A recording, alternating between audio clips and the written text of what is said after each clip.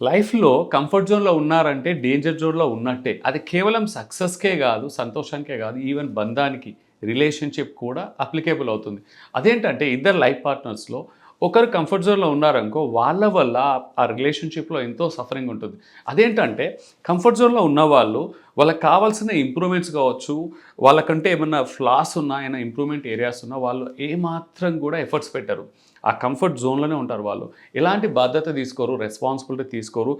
చిన్న చిన్న బాధ్యతలను కూడా కొంచెం ఒక మైల్ అంటే ఒక స్టెప్ ముందుకేసి చేయాలంటే కూడా ముందుకు రారు. అది బద్ధకం అంటారా? కాదు.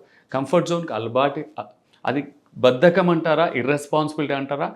బహుశా కాకపోవచ్చు. కానీ వాళ్ళ కంఫర్ట్‌కి అలవాటు పడిపోతారు. ఇది నా వల్ల కాదు, నేను ఇంతే, నేను చేయలేను అని వాళ్ళ లైఫ్ పార్ట్నర్ పైన బాధ్యతను నెట్టేస్తారు. ఇక్కడేందంటే అంతేకాదు, నెక్స్ట్ లెవెల్‌కి వెళ్ళి వాళ్ళొక విక్టిమ్‌హుడ్‌లో జీవిస్తుంటారు. లైఫ్‌లో వాళ్ళకి ఏది పొందకున్నా, లైఫ్‌లో ఏది వాళ్ళకి అనుకున్నట్టు అవ్వకున్నా, వాళ్ళకి కావాల్సింది దొరకకున్నా, వాళ్ళు ఇన్‌స్టంట్‌గా వాళ్ళ లైఫ్ పార్ట్నర్‌నే బ్లేమ్ చేస్తారు. ప్రతి గొడవలో, ప్రతి కాన్‌ఫ్లిక్ట్‌లో వాళ్ళొక విక్టిమ్‌హుడ్‌లో జీవిస్తూ, జీవిత భాగస్వామి పైన నిందలు వేస్తూ, బ్లేమ్ చేస్తూ, నీ వల్ల నేను సఫర్ అవుతున్నాను, నీ వల్ల నాకు ఇది పొందలేకపోతున్నా, ఇది, అది అన్నిటి మీద వాళ్ళు బ్లేమ్ స్టోరీలో జీవిస్తుంటారు.